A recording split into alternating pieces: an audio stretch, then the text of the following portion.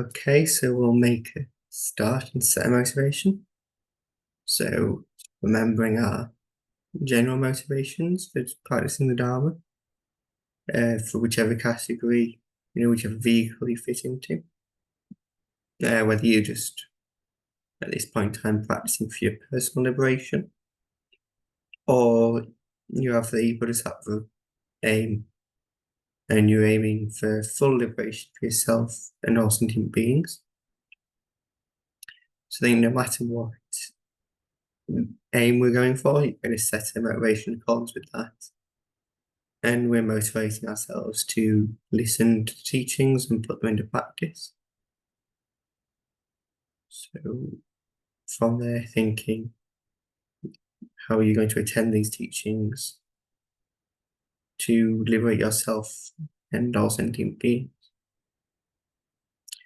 So then in the space in front, visualizing Shakyamuni Buddha in the center, surrounded by the field of refuge. To his right of masters of the method lineage, Maitreya surrounded by a Sangha and so forth. And to the Buddha's left, we have the masters of the wisdom lineage. So Manjushri surrounded by Nagarjuna and Chandrakirti and so on. And then above, stacked above Shakyamuni Buddha like this, are the lineage gurus. And then below, we have the sort of Buddhas, the 3 times, and the Yidams, all the Bodhisattvas, the Arhats and Pateki Buddhas, and then the enlightened protectors, and then below this kind of refuge field on the ground, so to speak. Sort of separate, we have the worldly protectors. And then think surrounding yourself of all sentient beings in the form of humans. And on your right is your father, on your left your mother. In front of you are all the sentient beings who you are distant from, who you consider enemies. And behind you are all the sentient beings you are close to and consider friends.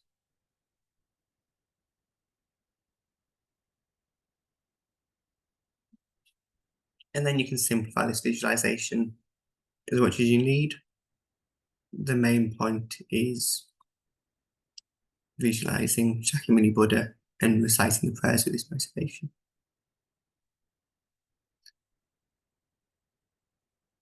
So we'll start with the praise to the Buddha.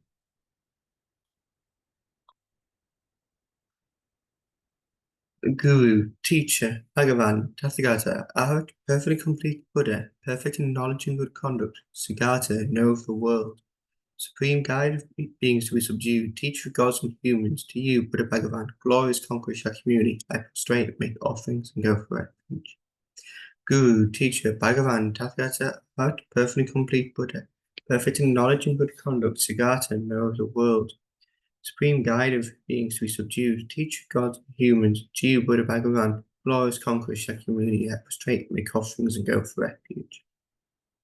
Guru, teacher, Bhagavan, Tathagata, Arhat, perfectly complete Buddha, perfect in knowledge and good conduct, Siddhartha, know of the world, supreme guide of beings to be subdued, teacher of gods and humans, to you, Buddha Bhagavan, glorious conqueror Shakyamuni, I prostrate, make offerings, and go for refuge.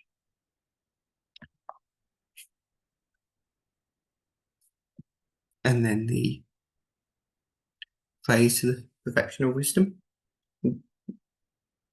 Masam jo mi shera pavoshi, maye mi ganam ke no boni, so rang mi yeshi jo yo wa, du sum gya wa yom la chat se lo. Pesam gati gati pasam gati bodi so ha, tayasa on gati pasam gati bodi so ha, tayasa on gati pasam gati bodi so ha.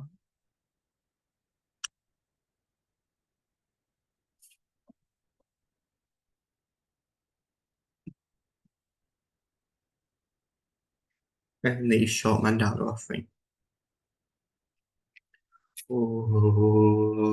Sashi Bodhi Yo Shimmeto Twamirabli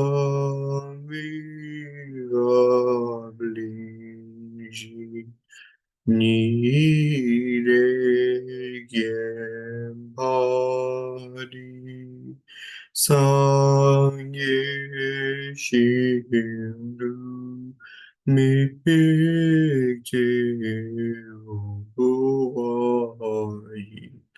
Rokuna Dojila Chobasho Jetsun Lama Dampa Kena Chokuka Quien se Suzin Tree Jita Sampe Dujin Zimala Shagye Choki Chapa Bakuzo Idam gu Gatmandala Kamni Tayami. Then refuge.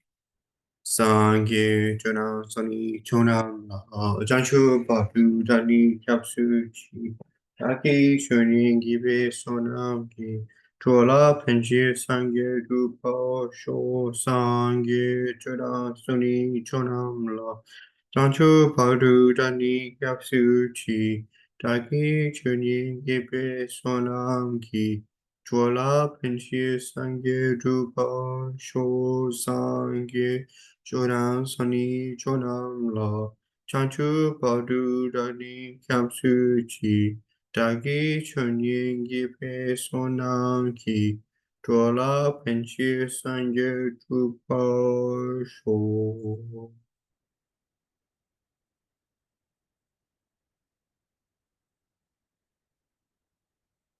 Okay, so today's topic is death and impermanence. It's the third verse, the foundation of the qualities. And the third main point of the Lama, I suppose. So, set the context and the foundation of the qualities. The verse here is, this life is impermanent as water bubble. Remember how quickly it decays and death comes. After death, just like Adam follows body, the results of black-white karma follow. Finding firm and definite conviction in this, please bless me always to be careful, to abandon even the slightest negativities, and accomplish all virtuous deeds. So this is in Tsongkhapa's text, a double verse. The first part on death and impermanence, and the second part on karma. So, for the interest of time and quantity to be covered, it's best split into two teaching topics. So, karma will be the next session, and death and impermanence is today's. So, I wanted to start with a quote from a sutra. So in the Mahaparinibbana Sutra, I think it's the Mahayana Mahaparinibbana Sutra, I think. It might be in the Theravada version 2 in the Pali Canon, but I'm not sure. So there it says, among all ploughing of fields, ploughing in autumn is best. Among all footprints, the elephant's footprint is the best. Among all perceptions, those of impermanence and death are the best. They eliminate all the desire, ignorance, and pride of the three realms. So there are many sutras where Buddha talks about permanence and the importance of meditating on impermanence. And, this isn't just unique to Tibetan Buddhism and Vajrayana. All schools teach the importance of meditating on death and impermanence. It's the foundation of our Dharma practice. So, in that kind of way, there are 6 advantages and 6 disadvantages to a meditation on death and impermanence. So the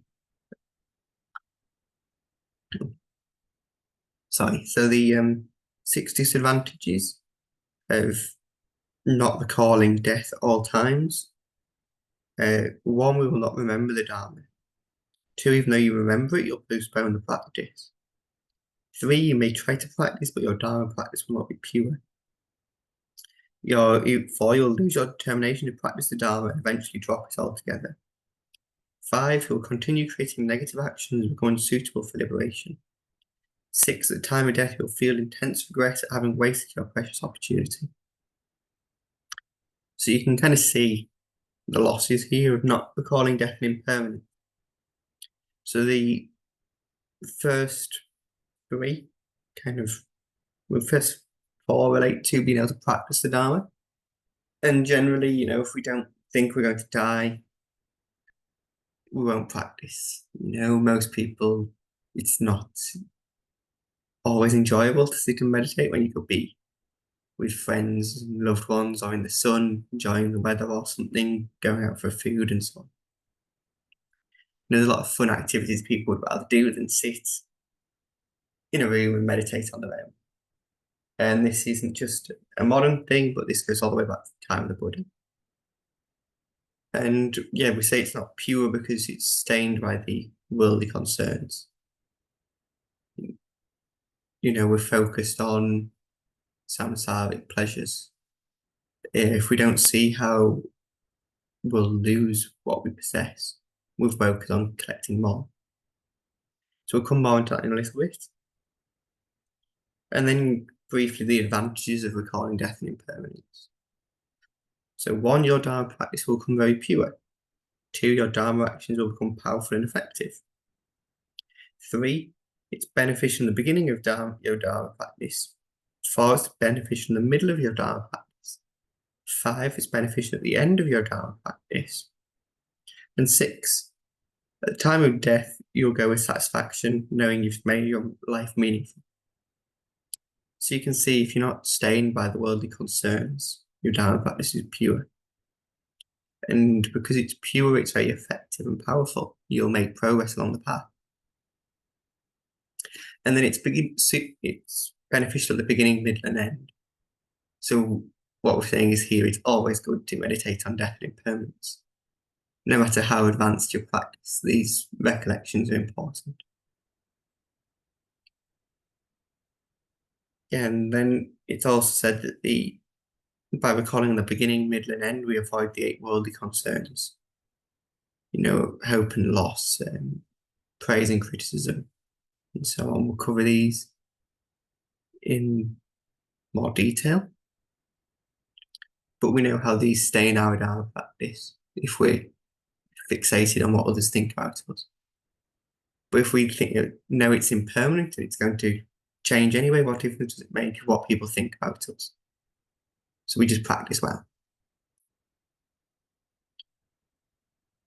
So then that's kind of the introduction of why we're going to contemplate these practices and why we need to meditate on death and impermanence. So then we actually need to know how we're going to do it. So for this, it's the 9-point meditation on death and impermanence. And the 9 points are divided up into 3 sets of 3. So the first set of 3 is it's certain we will die. The second set is it's uncertain when we'll die. And the third is at the time of death, nothing but the Dharma will be of benefit. So we start off with the first, it's certain we will die. So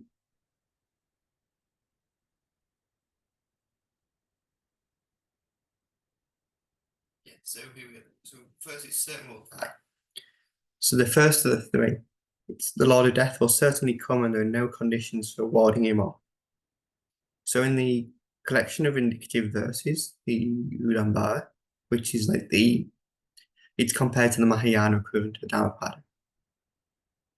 There it says, whatever body you've taken, whichever place you reside in, at any time you'll be defeated by death. You can think how there's no one who's escaped death. An example used a lot in the UK is the Queen passed away. Royalty and celebrities and famous people die. Great religious masters. The Buddha showed the aspect of passing away. So did Nagarjuna and so on. So there is no escaping death in this way. Then the 400 stanza says, when someone sleeps as though at ease, as though the ruler of the three worlds, the Lord of death, did not exist, what else could be more awful than that? So it's saying that if you ignore the fact that death is coming, it's a waste of this life. So then the second point of the certainty of death, the lifespan cannot be increased and incessantly diminishes.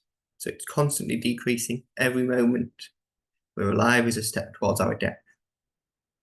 And Shantideva is engaging in the Bodhisattva's deeds, engaging in the Bodhisattva's conduct.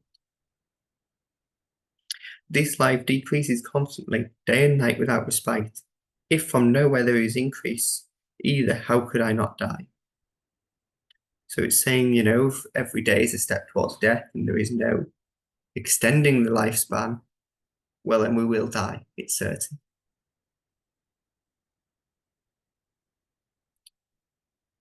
And then there's a nice little line in Longchen Rabjam's 17 Yalso, resting the mind in repose, where it says, this life cannot be extended and is always in decline. So Longchenpa really briefly summarizes this entire section here.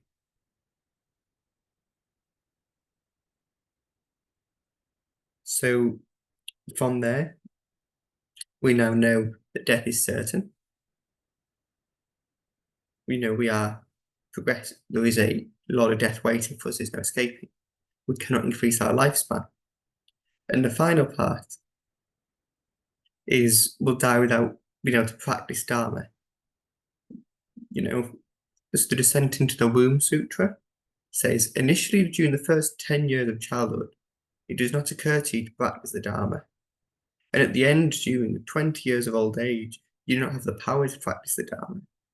Of the time in between, sleep snatches away one half. Illness and the like also waste much time. And no more than a few occasions remain to practice the Dharma. So if you think throughout your life, it says the first 10 years, but I suppose for most people in the West, the first 20 or so at least. If we're not born to a Buddhist culture, we kind of lose out more time. You just don't have the capacity as a child to think about these things, and you don't have the capacity to practice. And then we're asleep for a good chunk of our life.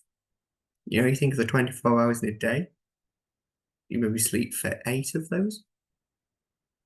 And then you eat meals, that takes another 2 or 3 hours up. And then you have to wash and take care of your body.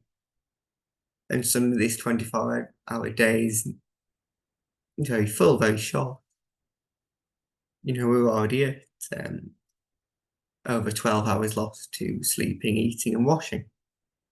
And then you're at work. So you maybe only have a couple of hours a day free. And then how much of that we spend procrastinating. And then obviously we lose time to being ill. It's always said once we reach old age, we kind of lose the ability to practice the Dharma. It's more important in certain aspects of the Vajrayana, where doing extensive prostrations isn't possible after a certain age. And even the Sarung teachings traditionally weren't taught to people over 30. So you can kind of see that we lose the capacity in our body to practice after a certain age. And that's before you just consider when you get old, you undergo greater sickness and weakness and so on. So that's the first point, that death is certain. And then the second point, the time of death is uncertain. So Again, the first is this divided into three. So the first, there is no certainty with regard to lifespan in Jambud Vipa, which is why the time of death is uncertain. So it's saying on this planet, we don't know how long we'll die, how long we'll live. So there is no knowing when death will come. We can't foresee it. And in the Treasury of Knowledge, it says, here it is uncertain in the end, 10 years initially, beyond measure. So it's a brief link to the Abhidharma here, where it talks about the changing lifespan in our world system, where at the very start of the existence of this world system, all beings had very long lives. And then when this world system comes to an end, beings will have very short lives. So we just see it's constantly changing. And, within the world, some people die very young. Zhujiang Yangtze, Shape the Yangtze that lived in Tibet died very young in his 30s. And we'll see other great masters, Lama Yeshe dying in his 40s, maybe coming up 50, but you can kind of see here there's some masters die very young. And then we see other masters living to 100 and so on.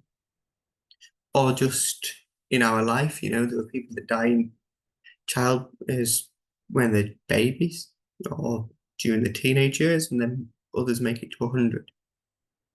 So there's no knowing when it will happen. Then the second point of this, the second subcategory of the uncertainty of time of death, is there are many conditions that lead to death and few that promote life. So again, in the Parinirvana Sutra, it says the notion of death is that this life, constantly surrounded by hostile enemies, deteriorates in each moment, and there is nothing that increases. So it's saying again, hostile enemies aren't just people that are out to harm us, but sickness and death, the sicknesses that cause death. But there's nothing we can really do to extend our lifespan. So it's similar to before. And in the Precious Garland, it says, there are many conditions for death. Those for living are only few. Even they may well be deadly. Therefore, always practice the Dharma.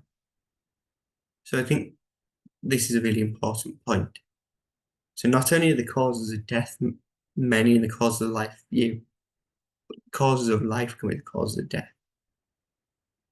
We'll die if we don't have enough water.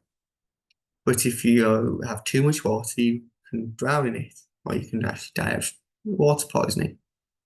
Or oxygen, if you have too much or too little oxygen, you can die.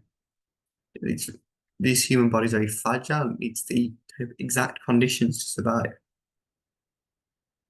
So again, Longchen Rabjam says, there are many circumstances for death and few for life.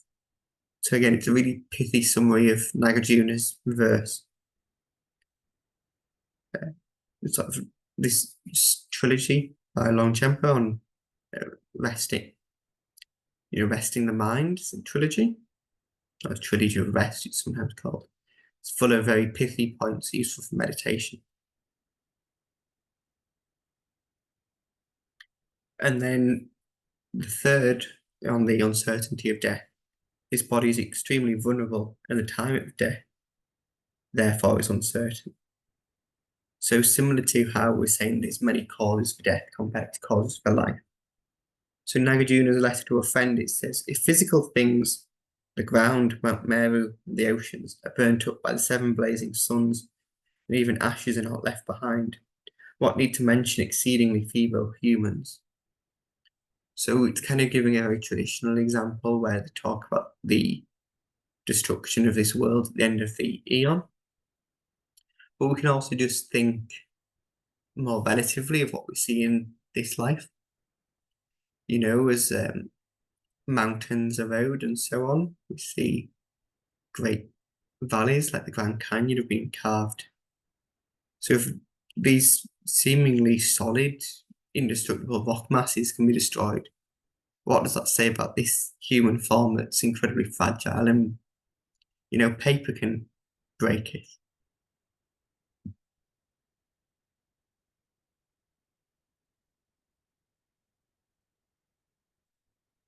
And the final point is at the time of death, nothing except the Dharma will be of benefit. So this has three subdivisions again. So the first one is you cannot take friends along. The second is you cannot take possessions along. And the third is you cannot take your body along. So we think it's quite obvious when we die, we can't, our possessions left behind. Our friends are because they're still alive. It's just us dying alone. And even our body, people spend all their life working on their physical body and making it perfect. And at the time of death, the consciousness leaves the body and they take on a new form, and that's it, lost forever. All that time wasted. In India, they often have images of Alexander the Great in their charnel grounds. In Hindu charnel grounds, they have images of Alexander the Great when he was visiting, when he kind of went to invade India. And he had this great caravan of wealth with him. And it shows his funeral and how much gold and so on was being carried behind him on horseback. But it couldn't help him because you can't pay off Yam. You can't pay for better karma. It's generated evil actions. So all that stuff was wasted at the time of death. So engaging in the Bodhisattva's deeds, Shantideva says, everything has to be left behind. Unaware that this is so, I did bad actions and all sorts for the sake of friends and foes. So we spent most of our life obsessed with having more money and possessions and status, but these don't help us when we die. And generally, you can earn money in ethical ways, but it's not always ethical and generally still not as good as practicing the Dharma. We're not accumulating great merit. So we can kind of see here that when we die, all the worldly things cannot help us. Our mind is what goes into this next life. And what will impact where we're born? Well, that's karma. So that kind of links on to the next topic that we'll come on to. And this is why Tsongkhapa links them in the verse. Our rebirth and our future happiness is controlled by our karma. So then how do we create good karma? We practice merit. We practice virtue to accumulate merit, and we purify negativity. So in this way, we need to practice the Dharma. So kind of summarizing, we have some really simple verses here from Dujang Rinpoche in the Dujang Tursar Saturn Nondo says in this Earth Treasure preliminary practice is Kitin Mita Chiwe Chuchi Yin Gedi Leki Kunde Luame. So everything that is born is by its nature impermanent and bound to die. Beneficial and harmful actions bring their inevitable results. So we're seeing again that this impermanence is impossible to avoid. And karma is infallible. So we'll come on to that next. But you'll see that's why we need to practice the Dharma. And then finally, we'll just end with a little quote from Dujam Lingpa. So this is actually found in the Trauma Root Tantra. But really, this point, it's not tantric. It's because it's term, it covers the entire path from the preliminaries with the four thoughts that turn the mind all the way up to Dzogchen, the Hatha Yoga, Treko, and Chogal. So here, the term found by Dujam Lingpa says, Without these key points, then no matter what aspect of Dharma is incorporated with effort and commitment, it will not be fully established and will end up like summer frost, mist on the mountains, or lightning flashing in the darkness. So saying here that this life's impermanent. Summer frost, the kind of frost you get on plants first thing in the morning, that when the sun touches them, it's lost. Or same with mist on a mountain top, the sun rises and it goes. And lightning flashing is very obvious, it's there and gone. So in the same, you can think there's a quote from the Vajrayana Sutra, where it says a star, a visual aberration, flame of a lamp, an illusion, drop of dew or a bubble. A dream, a flash of lightning, a cloud, sea conditioned things as such. So not all of these actually relate to impermanence. So this is an interesting verse because it covers a few different topics. But of these metaphors, we do have some. So a star, an effective view, a butter lamp, a star visualization of flame of butter lamp. These are the star. These are more to do with the understanding of emptiness. But then an illusion, a drop of dew, and a bubble. So a dewdrop, you think similar thing. It's there on the grass first thing in the morning and then just lost like that when the sun touches it.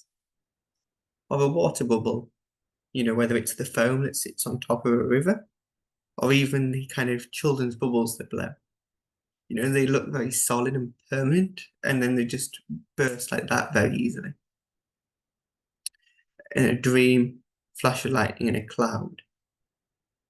So again, the dream relates to the aspect of emptiness, and lightning is the impermanent aspect here. Just like Dujum Limpa says, this flash of lightning is gone like that. So our life's over like that. 1 minute, you're born and you're young, and the next thing you know, you're sick and dying. And then the second verse, I might quote from Dujum Limpa, is the universe and inhabitants, without exception, are by nature destructible. This life is impermanent like a flashing bolt of lightning. In an instant, without ever pausing, one arrives in front of Yama. So abandon this negative mind that grasps to permanence as though it were poison. So the end there is really important. Dujum Limpa is saying, by grasping to aspects of permanence, which causes us to suffer. Not only because we don't practice the Dharma, but because we think things are permanent, we suffer. We don't realize we'll lose what we're attached to. So we suffer when we do lose it. So that's why meditating on death and impermanence is very important. So yeah, that's kind of the main points of the teachings. The fact that death is certain, the time of death is uncertain. And at the time of death, nothing but the Dharma will be able to help us. So these are the key points we need to take away from all this. So we can use this as a time to do the trance meditation, if you'd like a bit of practice doing so.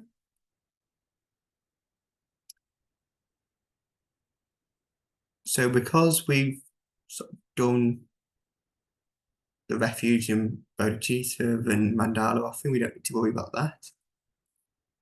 So we'll start off just making a brief request to Shakyamuni Buddha for the white purifying nectar light. So make requests that he purifies all obstacles to the realizations of the Lambe.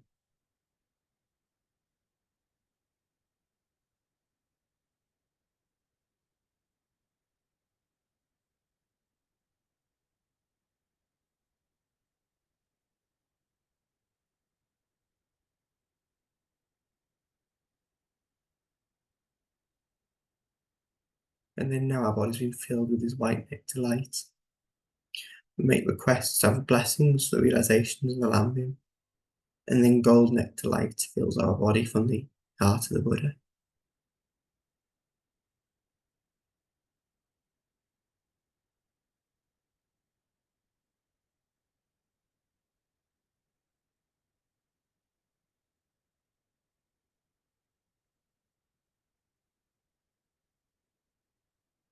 And then, as before, we do a brief concentration meditation for minutes.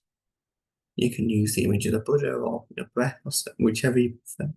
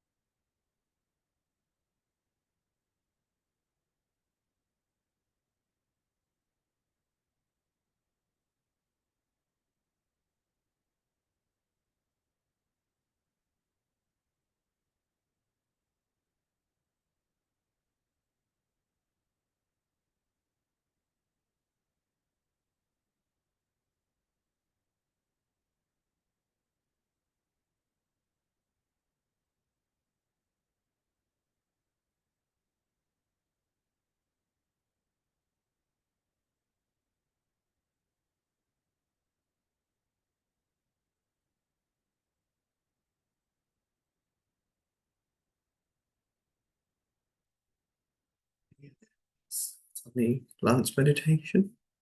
So we'll do this is the uncommon oral tradition of the Lama, where we recite the final verse the final line of each verse 2 times. The first time requesting purification. So this white purifying light comes from the crown, from the Buddha, and fills our body. And then with the second, golden nectar light comes from the Buddha, fills our body with blessings. So because we've now done the first 3 verses, we can meditate on the first 3 in a kind of glance process. So the foundation of all good qualities is the kind and perfect pure Guru. Correct devotion to him is the root of the path. By clearly seeing this and applying great effort, please bless me to rely upon him with great respect. Please bless me to rely upon him with great respect. So just briefly recall the teachings and point of contemplation here about the Guru's kindness and how it was repaid.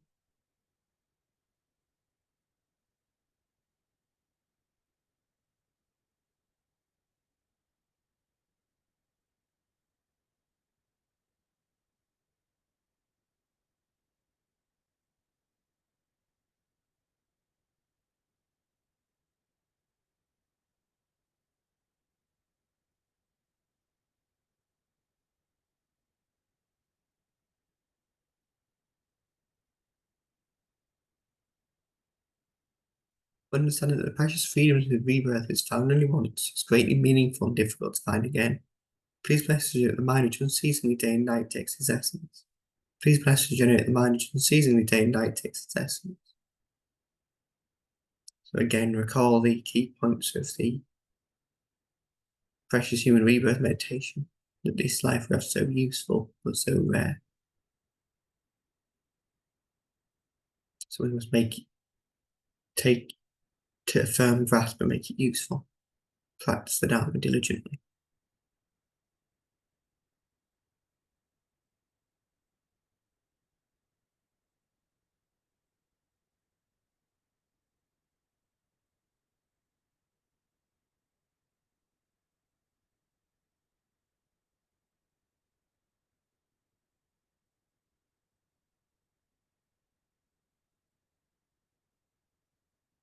This life is as impermanent as a water bubble. Remember how quickly it decays and death comes. After death, just like a shadow follows the body, the results from black and white karma follow. Finding firm and definite conviction in this, please bless me always to be careful, to abandon even the slightest negativities, and accomplish all virtuous deeds. Please bless me always to be careful, to abandon even the slightest negativities, and accomplish all virtuous deeds. So briefly, think about what we just discussed. We'll do it in a bit more depth. So first, think on the reasoning of death is certain.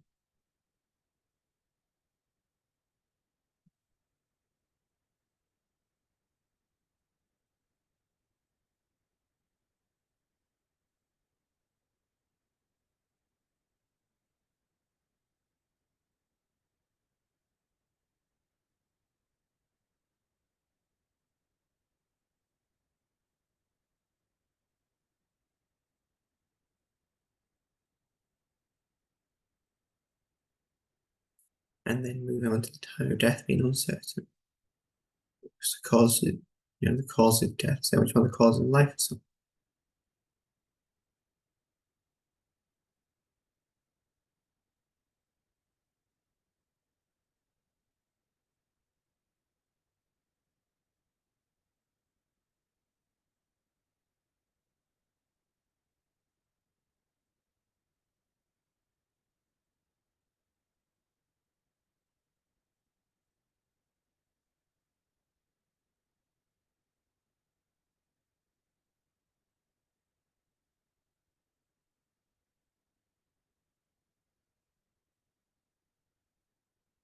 And then finally, how at the time of death nothing will be able to help us other than our practice of the Dharma.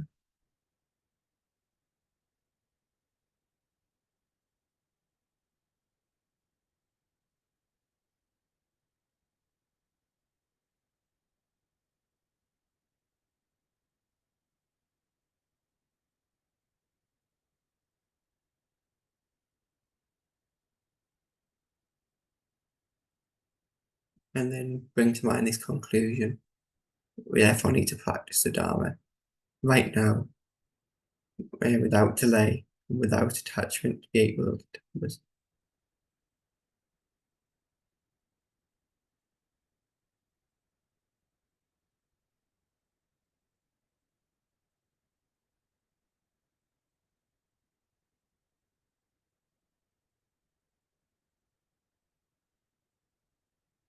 And then from there, because we haven't covered any more, we'll just recite the verses and receive the blessings. So seeking samsaric pleasures are door to all suffering. They are uncertain and cannot be relied upon. Recognizing these shortcomings, please bless me to generate a strong wish for the bliss of liberation. Please bless me to generate a strong wish for the bliss of liberation. Led by this pure thought, mindfulness, alertness, and great caution arise. The root of the teachings and keeping the Patimoksha vows. Please bless me to accomplish this essential practice. Please bless me to accomplish this essential practice. Just as I formed to see of samsara, so of all other migratory beings. Please bless me to see this, train the supreme bodhicitta, and bear the responsibility of freeing migratory beings. Please bless me to see this, train the supreme bodhicitta, and bear the responsibility of freeing migratory beings. Even if I develop only bodhicitta, but do not practice the three types of morality, I will not achieve enlightenment. In my clear recognition of this, please bless me to practice the bodhisattva vows with great energy. Please bless me to practice the bodhisattva vows with great energy. Once I've pacified distractions to wrong objects and correctly analysed the meaning of reality, please bless and generate quickly on my mind stream the unified path of karma abiding and special insight. Please bless and generate quickly on mind stream the unified path of karma abiding and special insight. Having become a pure vessel by training the general path, please bless me to enter the holy gateway of the fortunate ones, supreme pleasure vehicle. Please bless me to enter the holy gateway of the fortunate ones, the supreme Vajravirk. At that time, the basis of accomplishing the true attainment is keeping pure vows and samaya. Because I have become firmly convinced of this, please bless me to protect these vows and pledges like my life. Please bless me to protect these vows and pledges like my life. Then, having realized the importance of the two stages, the essence of the Vajrayana, but practicing with great energy, never giving up the 4 sessions, please bless me to realize the teachings of the Holy Guru. Please bless me to realize the teachings of the Holy Guru. Like that, may the Gurus who show the noble path and the spiritual friends who practice have long lives. Please bless me to pacify completely all outer and inner hindrances. Please bless me to pacify completely all outer and inner hindrances. In all my lives, never separated from perfect Gurus, may I enjoy the magnificent Dharma. By completing the good qualities of stages and paths, may I quickly attain the state of Vajradhara.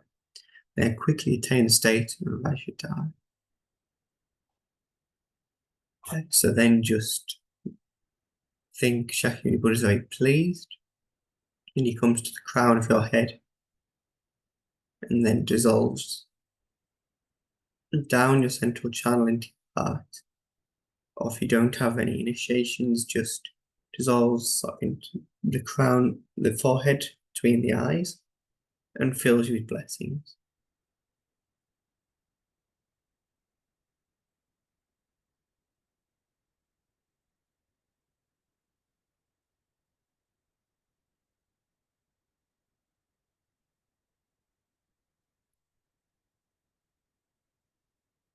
So just before we dedicate, just small point.